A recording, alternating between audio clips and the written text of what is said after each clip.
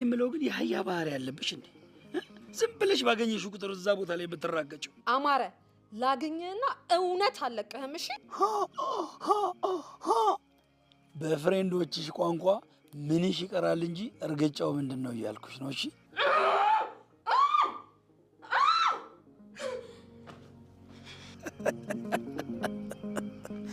የታባሽ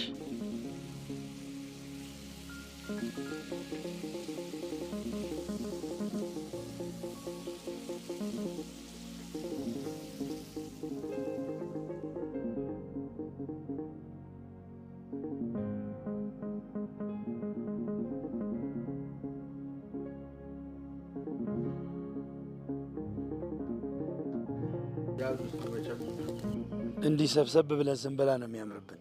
አዎ ያዝ ያዝ ጀልባ። ምን የከተማ ሰዎች ናችሁ እኮ። ለብቻ ለብቻ እንደ ልጅ በሳህን መያዝ ተጀመረና እነሱን አይተው አንድነታችን ጠፋ። አየህ፣ አብሮ መብላት፣ አብሮ መጠጣት፣ አብሮ መጫወት መተሳሰብን፣ ፍቅርን ያመጣል። ግን የፈረንጆቹ ሁሉ ቆንጆ ነገር ይመስለናል።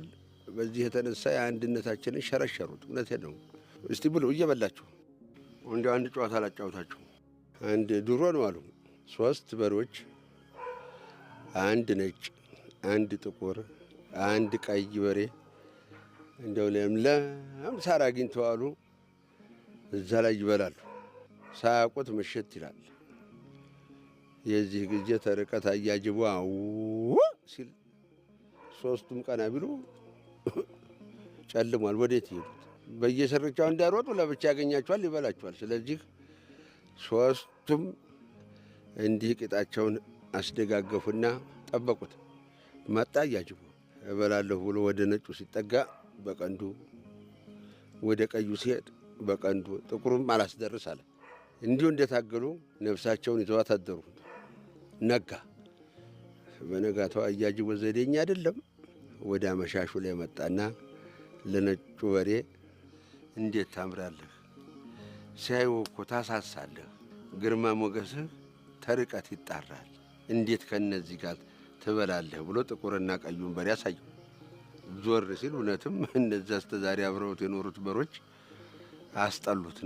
ከዛ በኋላ ለብቻው ያን ሳር ሲያሻምድ ዋለና ማታ አያጅቦ እየመጣና